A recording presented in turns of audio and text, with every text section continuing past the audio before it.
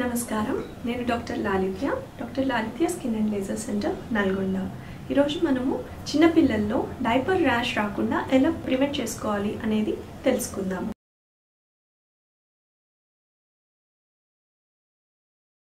So diaper rash అనేది మామూలుగా హెల్తీగా ఉండే హ్యాపీగా ఆడుకుంటున్న పిల్లల్లో ఎవరిలో అయినా రావచ్చు. సో ఈ డైపర్ ర్యాష్ పేరెంట్స్లో చాలా టెన్షన్ని క్రియేట్ చేస్తూ ఉంటుంది.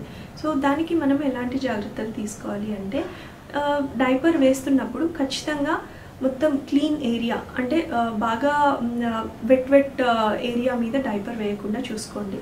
అండ్ ఏదన్నా మాయిశ్చరైజర్ పెట్టిన తర్వాత డైపర్ వేయండి. వేసిన డైపర్ 4 hours or 6 hours కంటే మించి ఉండకూడదు.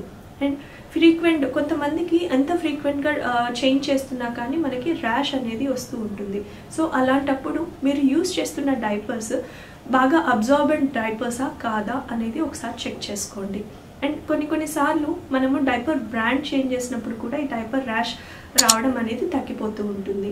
అండ్ మనము జనరల్గా లంగోటాలు లేదంటే క్లాత్ డైపరింగ్ అన్నీ చేస్తూ ఉంటాము.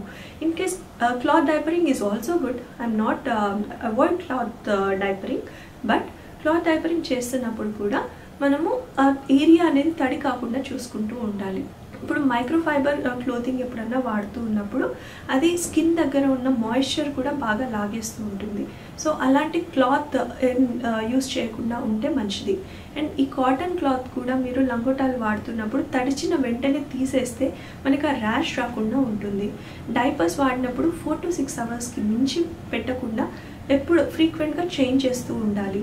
అండ్ ఎప్పుడైతే బేబీ యూరిన్ కానీ మోషన్ కానీ వెళ్తున్నప్పుడు నీట్గా ఆ ఏరియాని normal saline or cold water కాటన్తో క్లీన్ చేసుకుంటే చాలు.